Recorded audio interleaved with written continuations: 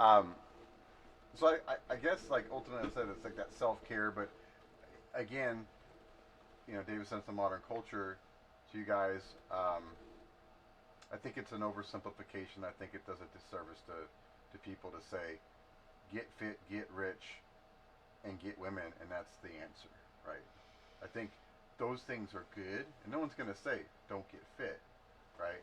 No one's going to say don't create wealth, right? Because that's silly. But again, I think if we look back and see maybe athletes are a good example because they're such good big public figures. There are a lot of athletes that are fit, that were at the top of their, you know, they peaked in whatever sport they were in, whether it was boxing or basketball. So they're fit, and then they achieved that high level of the NBA or boxing and made all this money, a lot of money, tens of millions of dollars, if not hundreds of millions of dollars. And I think I've heard them later in life reflecting on maybe they wasted all the money.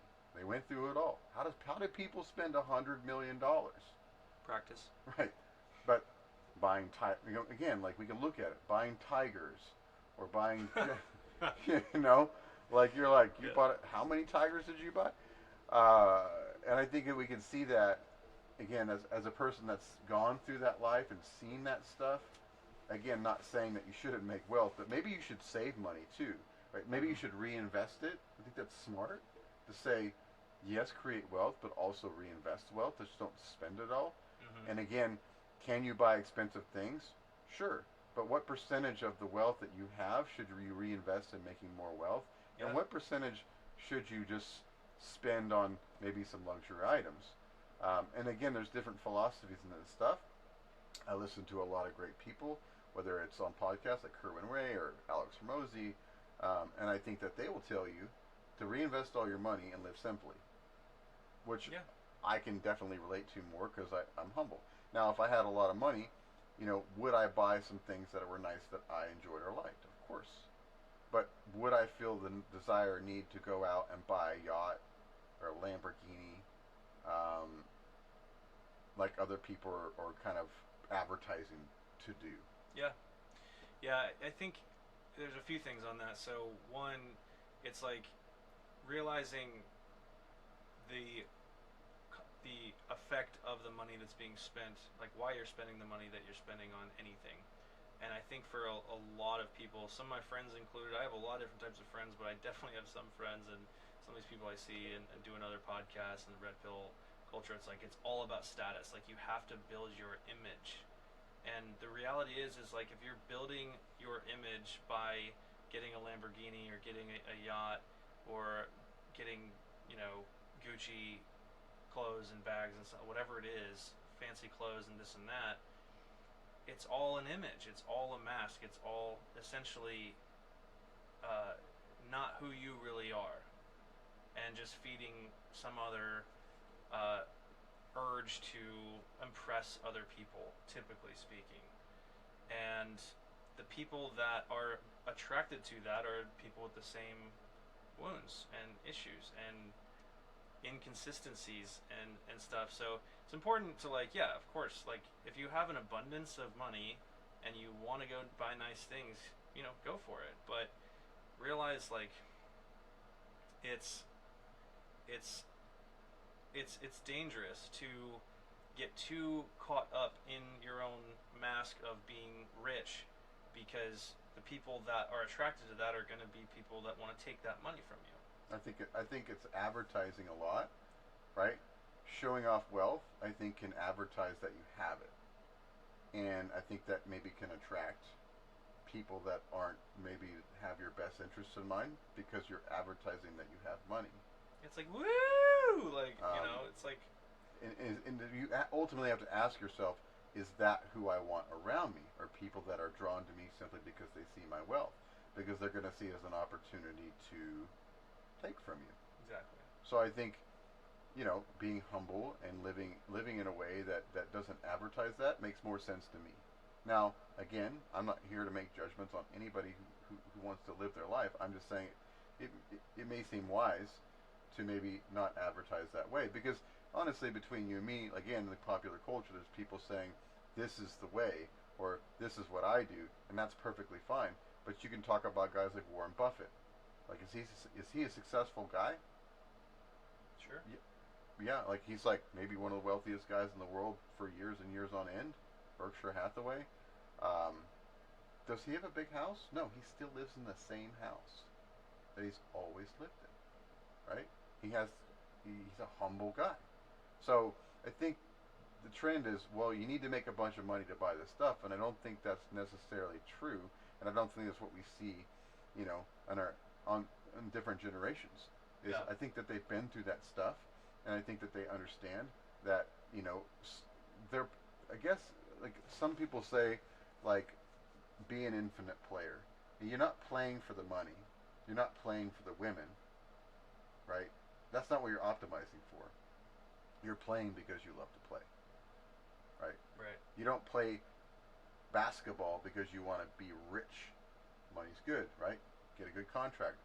But isn't it the best basketball players just love the game? Totally. So, to me, be successful in business because you enjoy the process. Because I think you and I can both understand that I've come to understand in my life and try to embody this more is you can't get too caught up on outcomes and miss the process. Because if you don't enjoy your process or learn to enjoy your process, you miss your life. Mm-hmm. Like literally show up 30 years later, whether you reach the goal or not. If you did not enjoy what you did for 30 years, it's not a good feeling. Mm-hmm. You're like, shit. Because I think a perspective that a lot of people may not have at 25, even 30. Because we think you get 30, I'm old. Like, I'm fucking old. Yeah, dude, like, I'm 31. I'm probably life is over. Die, like. But, like, it's not. And it's, you age and it goes quick. Your grandma's right. It goes fast, right? Yeah. And it's true. And that may change in the future, right? We may find ways to slow that down significantly. We may find ways to age to 80 or 100 years old and still look like a good 50 years old, like fit, happy, and good quality of life. But I think as you age and as you get closer to mortality and as you have children, you watch them grow up, you watch them become adults. I think your perspective uniquely changes and all this stuff, and your priorities change and your values change. Yeah, I mean, priorities inevitably will change when you see someone you love, enough people that you love, that you truly love, you know, go through some hardship, or maybe their priorities change, or maybe they had a huge loss, or pain usually will do that. You know, you're gonna.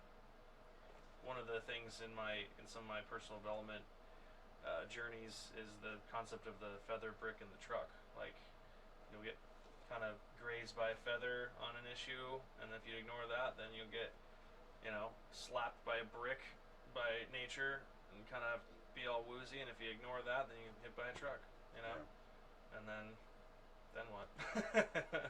So, like, you know, the universe or God, however you want to describe it, will communicate. Yeah. So we have some more questions. Do you have some more questions that we wanted to kind of like go into? I think, and we touched on how the culture, and this follows a bit of the status kind of dilemma that in masculinity that we've been talking about, is again just the optimizing for sex, basically. Like, right. if a man, which pretty much all of our culture, the majority of our culture, if you're focused on status and money, then and being a player, playing the game of women, with that's essentially what's out there in the culture right now, then you're just trying to have sex with a woman as fast as possible. Right. Or as many. Well, as many as possible and as fast as possible. Right. And like just some of the dangers as for our hearts as men, because we have emotions and hearts, believe it or not. It's crazy. Right. I know this is going to be really contrary to popular belief here, but we do. And so, you know, how detrimental it is to us as men to do that, and for women. Right. And again, I think it's okay for us to accept the fact that men and women are different, uniquely different. And as I state, at some point, the awkward moment as a man when you realize why do I have nipples? and you realize that because at one point we were essentially all the same tadpole in a sense, right, biologically, and these hormones come into our genes and our bodies and change us uniquely. But I think it's important for us to remember not disassociate ourselves from women in a sense of saying that they're not us in a sense because we're just humans, we're just souls. Essentially, we do have different body parts, we do have different behaviors because of those hormones. We do have different roles and archetypes because of those nuances and differences. But essentially, we're just people. And I think that's what's missed. Like you said, like people optimize. You sit next to a woman, and are you always looking at her because as a woman, or are you looking at that person? And I think it's important to understand to see the nuance and understand that the communication skills that are maybe necessary to successfully communicate to somebody that has different communication styles or a different way of thinking, but essentially also treat them just like a soul. They have fears, they have desires, right? They have wants and needs. Everything that's there. So I think what people miss is like, well, if I have money and these things and status, then they should just want me. But I think they're missing the nuance of like, like you said, like, have I experienced in my life that I needed wealth or money to have a relationship with a woman that was, as you say, I guess a high status, or what's the word, a beautiful woman, not only beautiful but smart, intelligent, embodied, kind, nurturing, all the things. Did I need wealth to have that? And the answer for me is no. The answer for me was no. Did I have to give her a type of wealth? Yes, the richness of who I was and the richness of what we shared. Right? Love. That's a type of wealth. Right? What's the number one thing women want the most? And love. Yeah. Men want respect. Women want love. That's it. And I want to add on to that we both need both. Realistically, obviously, women want to be respected. You don't want to be disrespected. That's actually stupid. Right. Yeah. No, I don't want to be disrespected. But keep going. Yeah, and I think listening to those characteristics and desires and what they want, right? And not just optimizing for the conversation as a biological imperative, right? Are we going to commoditize ourselves down to that? Is that what we're here to do as a species, just procreate? Or is that why we developed higher brain functions? Or is there more of a nuance? Is the uniqueness and masculine, feminine there to make us better? I believe it is. I believe that if we kind of dive into some frames about how we can look at how the world develops and how people develop in worldviews and how cultures and we spaces and countries develop in worldviews, I think that it's important as a man and a woman to see those both the unique perspective of the masculine and feminine. Because again, I've read many books, and they give the example of what a masculine and feminine perspective looks in a baseball game.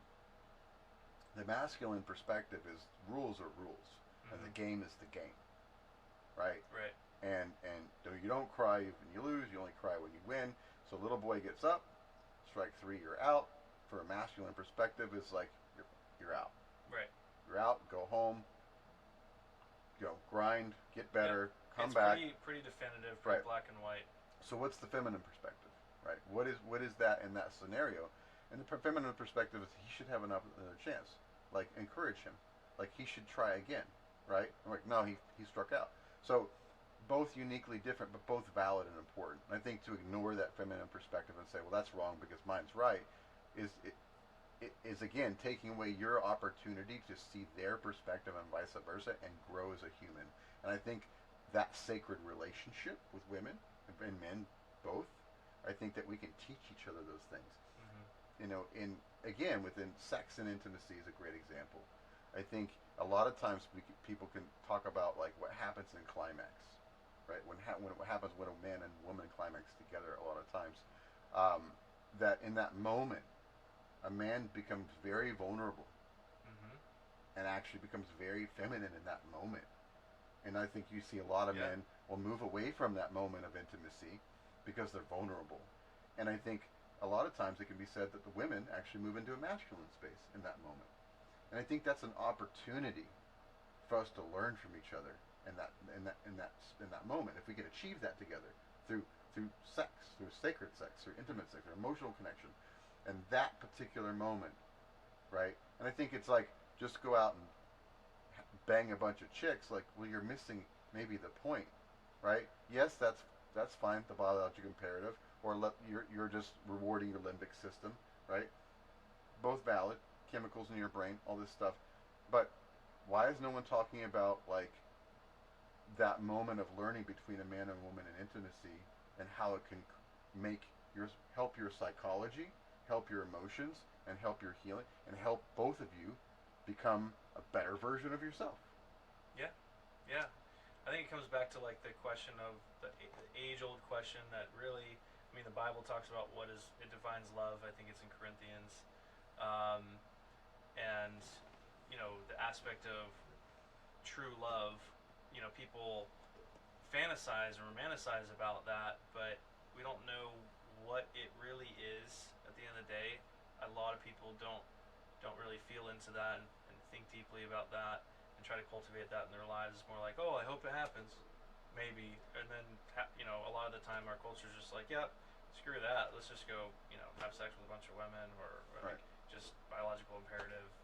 All right, cool. Well, what makes life worth living?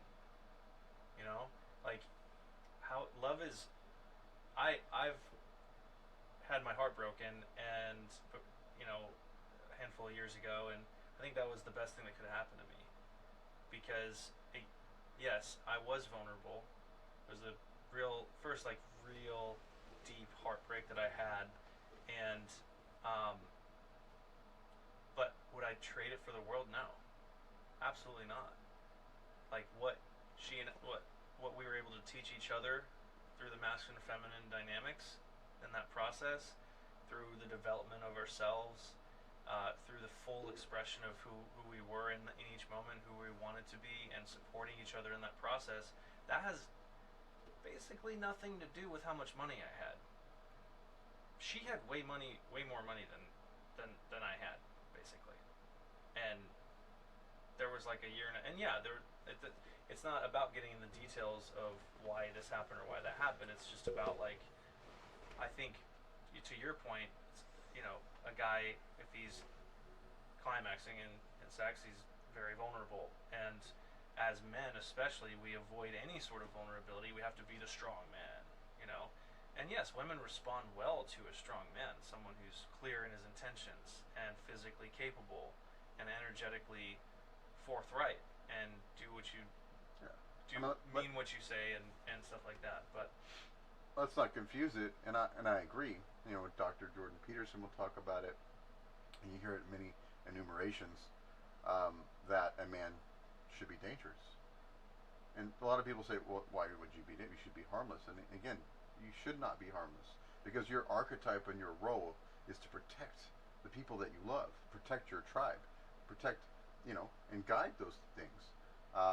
So yes, absolutely be the baddest fucker you can be. mm-hmm. Like, be dangerous, but have it under control, right? But that just because you're dangerous and you're a warrior, again, doesn't mean you can't express those moments of intimacy with a woman, and have it make you be a better warrior and a better poet, or a better a part of that part of yourself. I always say still waters run deep. So stoicism's good, but it doesn't mean that down in there, in the deep currents of your heart and your soul, there shouldn't be like it's movement down there. It's deep, like currents run, and they're there.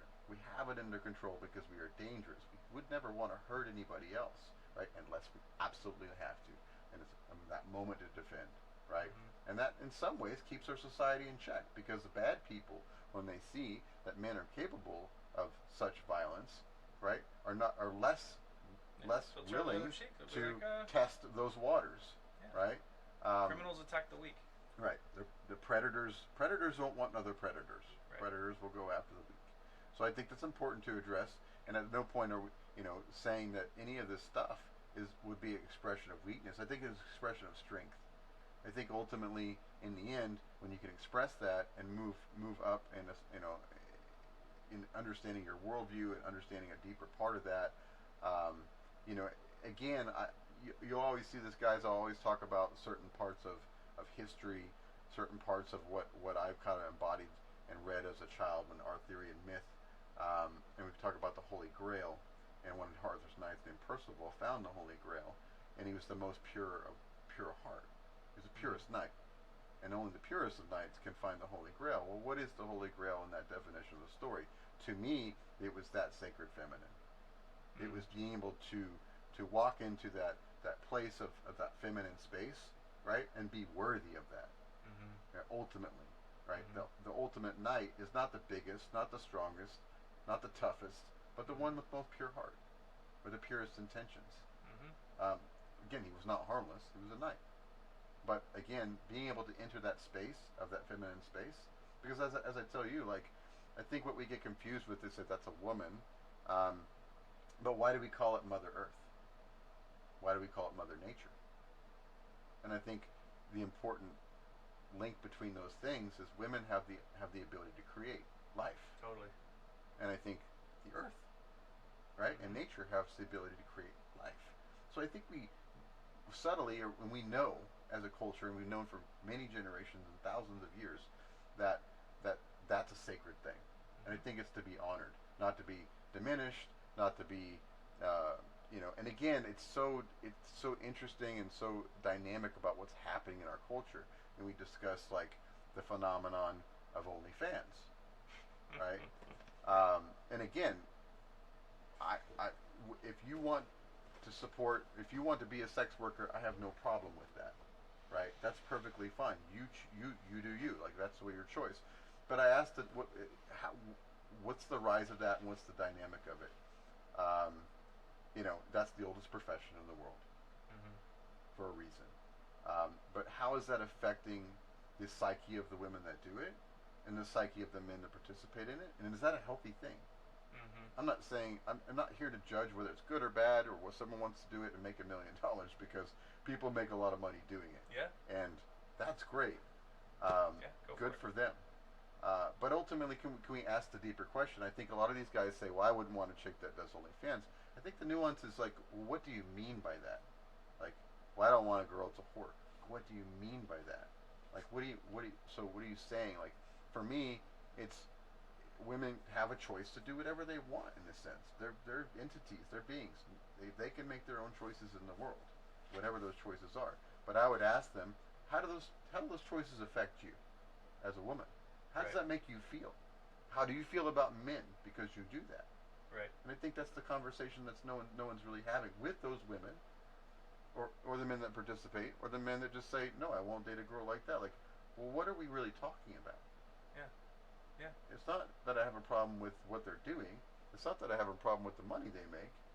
But maybe we should talk about how it affects each other and how we view those things and how that interacts with our masculine, feminine states and our dynamics as a culture. Yeah.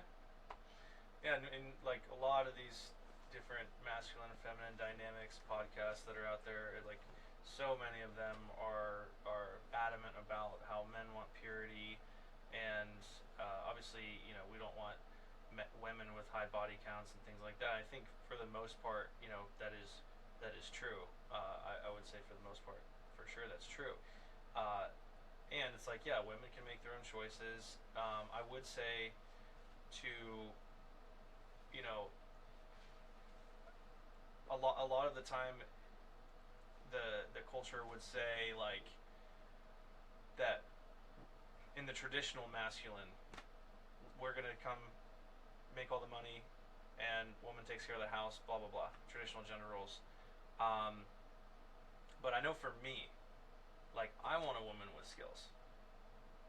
Why? Well, to follow your passions, you kind of need skills, like to do stuff. Like, I don't want to be the only one that knows how to do anything. Like, so yes, I like being the masculine essence in my relationship, in my household, what have you. I like being out and slaying dragons, conquering things, and making money and investing and doing all those things right. But I also want a woman that can understand where I'm at and really support me on a deeper level than just like patting me on the back. Cool, honey. Well, good job today. Thanks. And that's cool. But I want something more. Yeah. So I think that a lot of men feel that way. I think for me, and again, like being a student of history, um, I think for what I've seen through history is a woman, like I said earlier today, a woman can a lot of times help a man achieve his highest good and his highest achievements. Right. Like whether it's Napoleon and Josephine, and, whatever it may be in history about a woman encouraging, helping, standing behind her man, and helping him achieve these great things. Right. There can be the antithesis of that as well. A woman can be equally as damaging to a man's psyche and his self-worth. And men can do, again, it's equally on both sides. Men can be just as damaging to women in different ways. Yeah. But I think a lot of times men want to be respected, and men like desire support, because it's hard out there. Like you go out to battle, whatever that is that day, and you come back, someone's going to have to patch you up, right? Someone's going to have to dress your wounds. Mm-hmm. Someone's going to have to give you care. Mm-hmm. Like, so this idea, like, come home and, like, don't express that you're bleeding. That's silly. First of all, don't express that you're bleeding. That's silly. And also for women that are, like, buying into, I'm not saying everything about feminism is negative. I think the general empowerment of women is a good thing, obviously. Like, empowering women more to be more of themselves, to pursue things that matter to them, to have more economic opportunity. Like, for sure.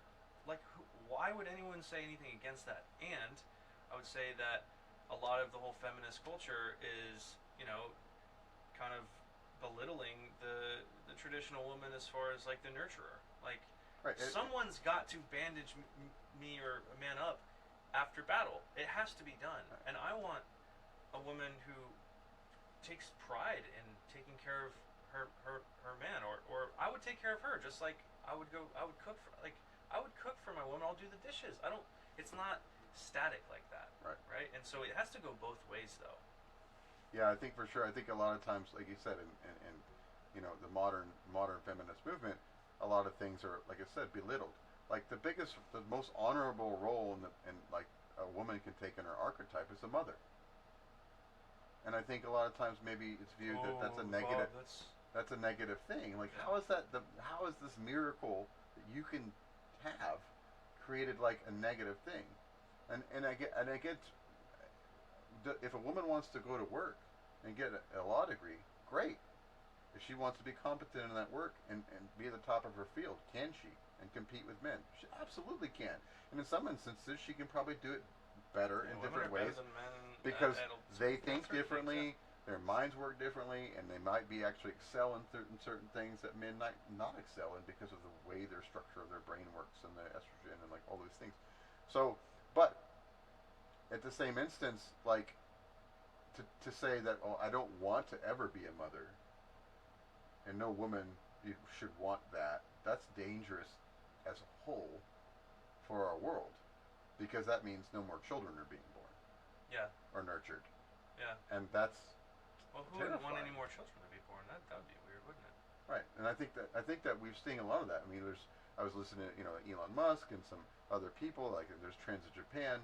There's simply people not only not having sex, they're not having children, and those populations are in the decline. Mm-hmm. And I think, again, I come from a family where, my mother and my father. My father has 4 brothers. My mother has 2 brothers. I have 6 uncles. So 6 uncles, and then my mother and father is 8. Out of those 8, there are 5 children.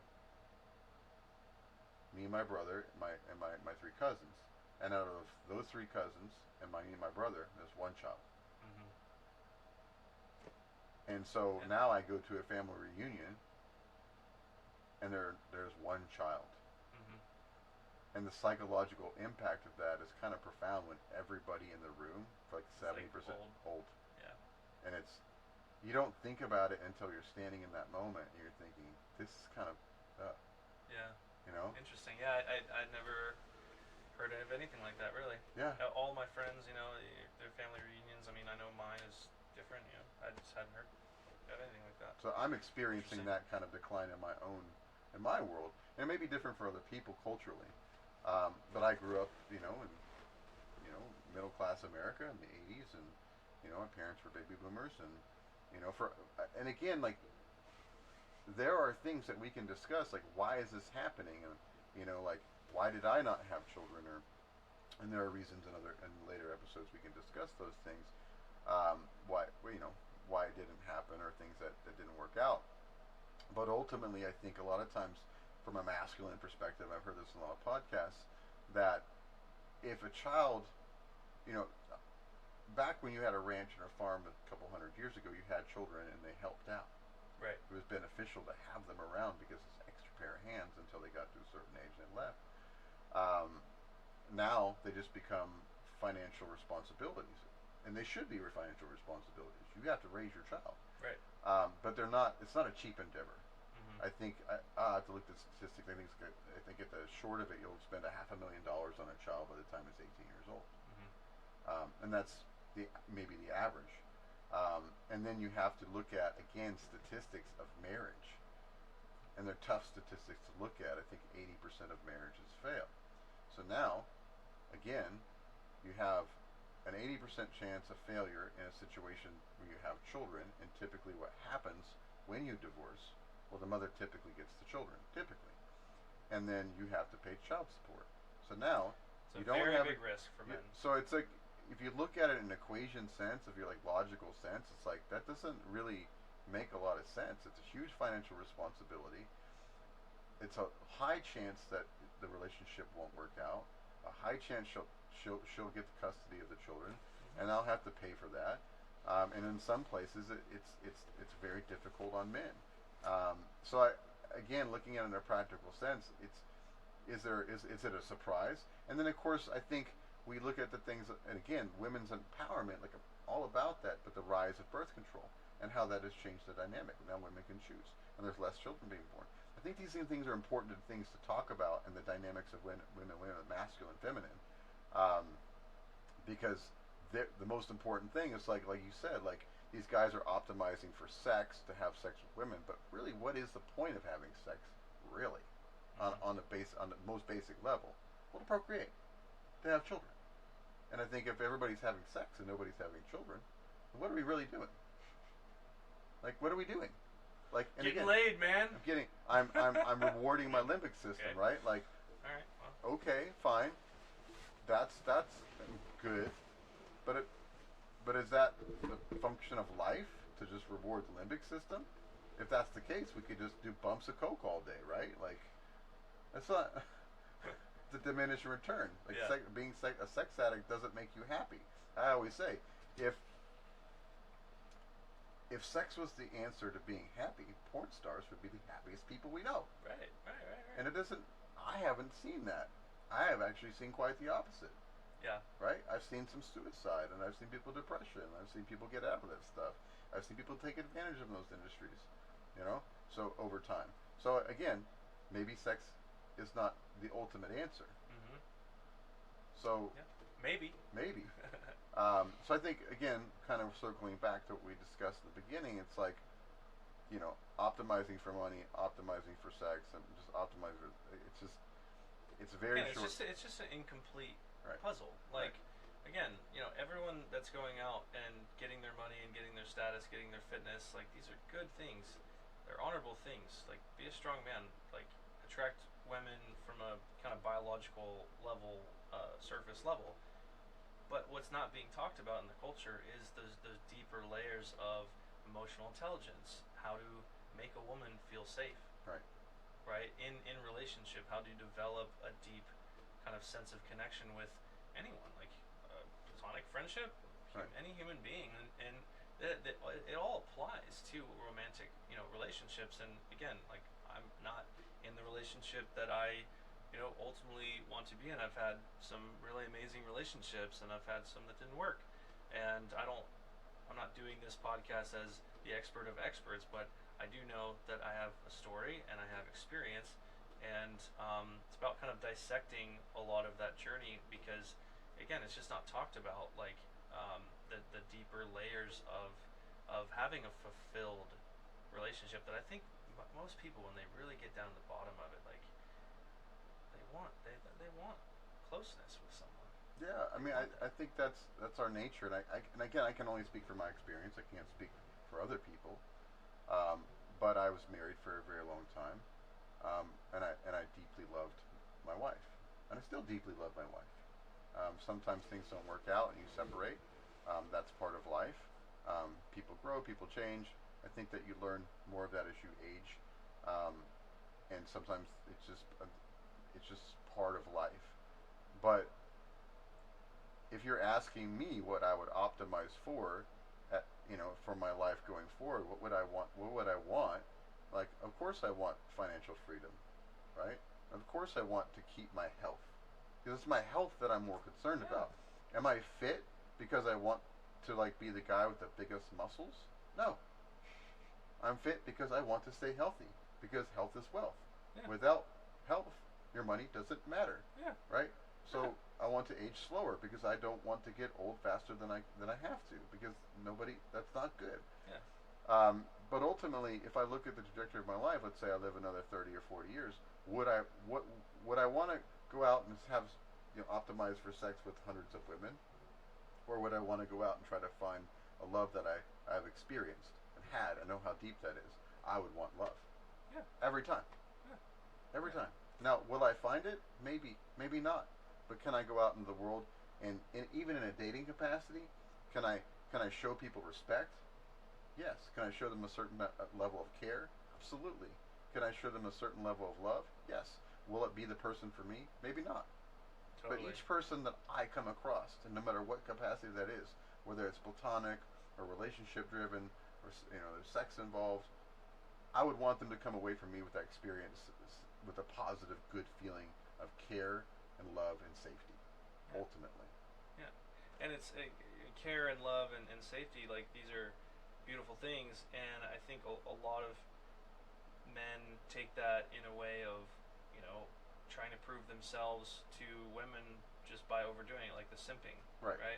And just doing whatever she wants, whatever he thinks she wants. She usually doesn't even want, like, you to wait on her hand and foot and like give her everything she wants. She's gonna feel kind of like restricted and unsafe typically. Right. And so again, that's why we're going into some of this, because it's like it's not just the simp or the like high status male. Those aren't the only two things that exist. Right. It's like how can you care for someone and be that strong, To figure that can be respected. to me, and if you look at like our stories and our myths, that's a good example.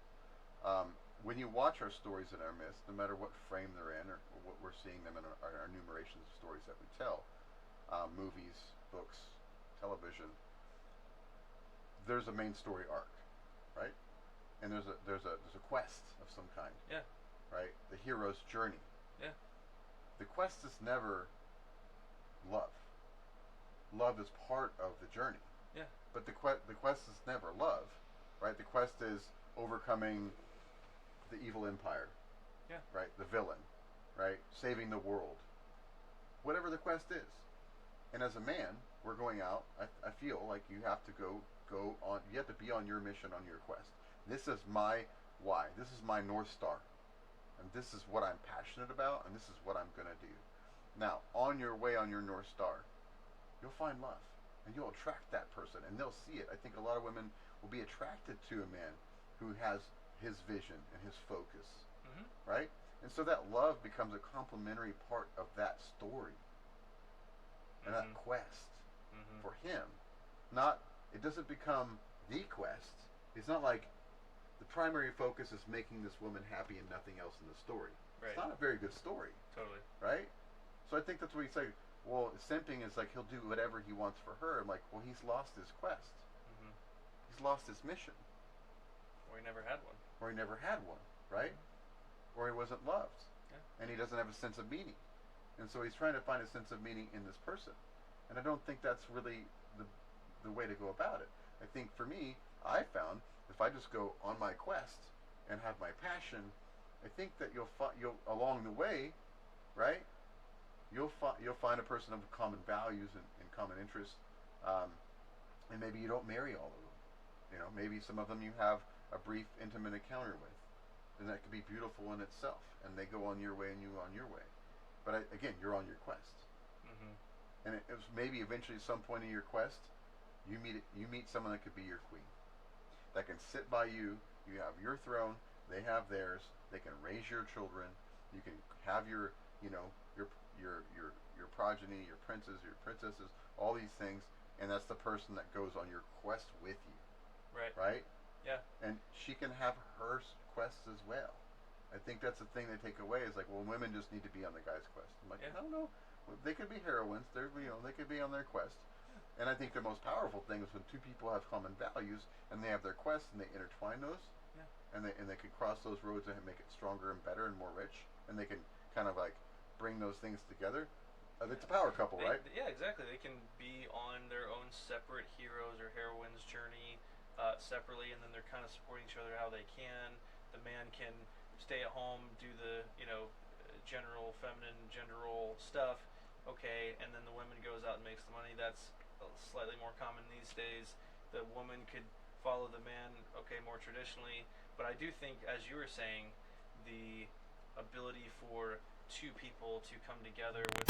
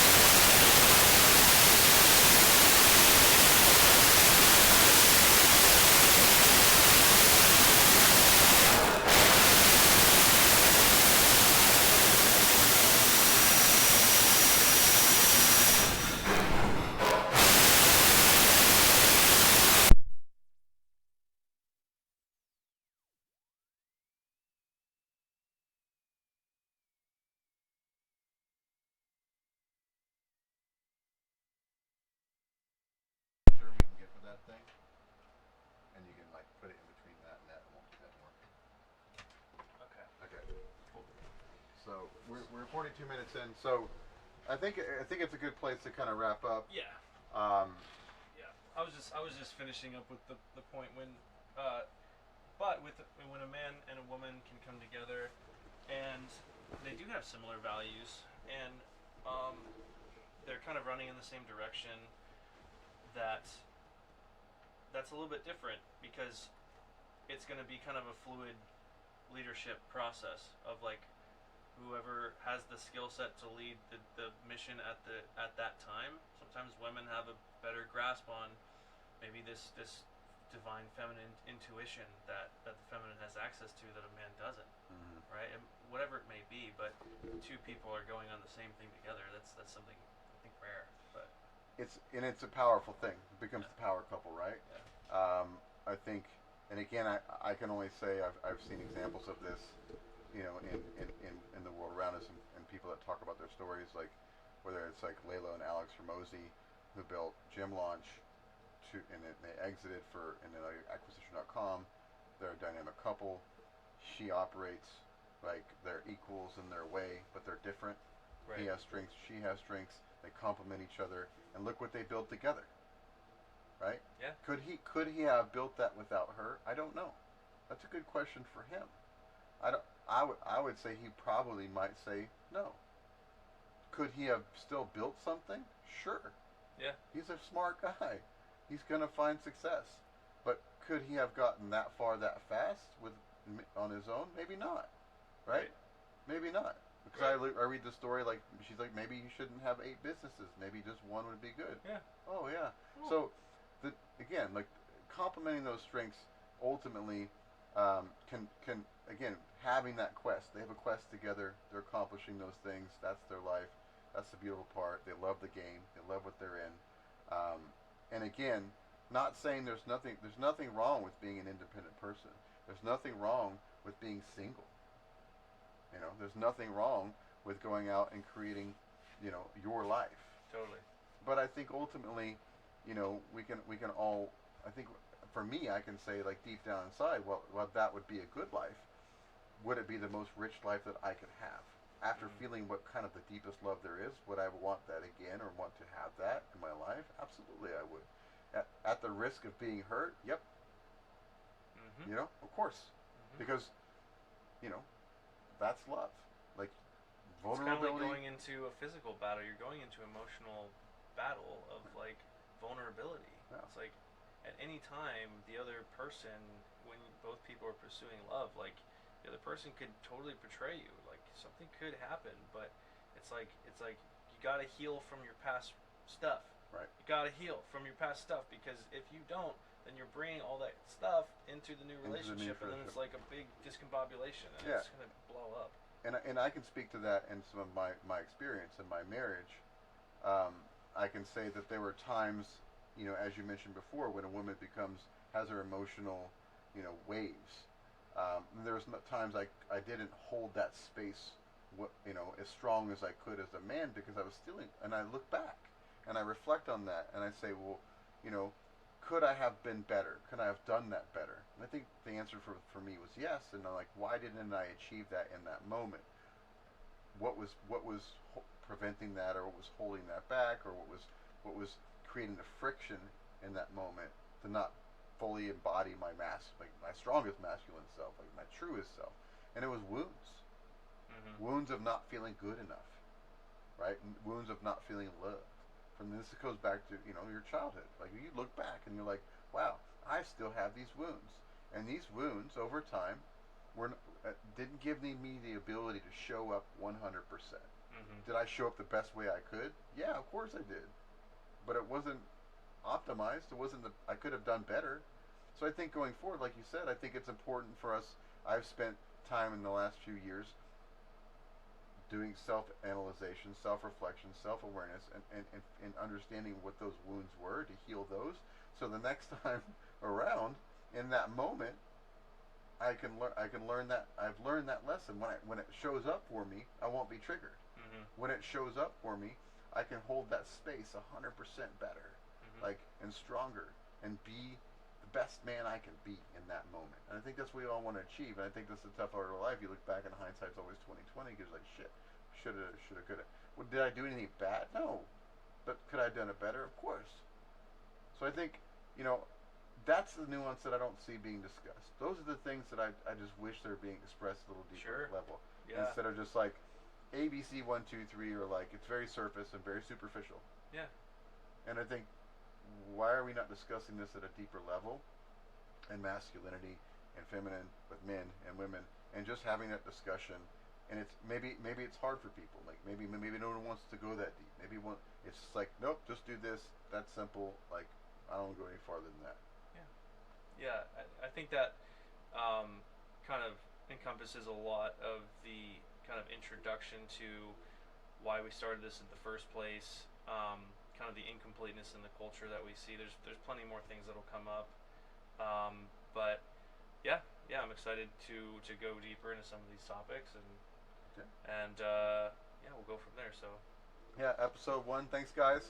I am. Appreciate your time. I hope it was helpful.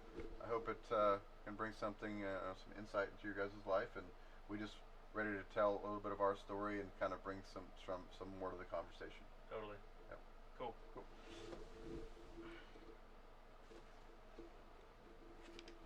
Oh, that's good.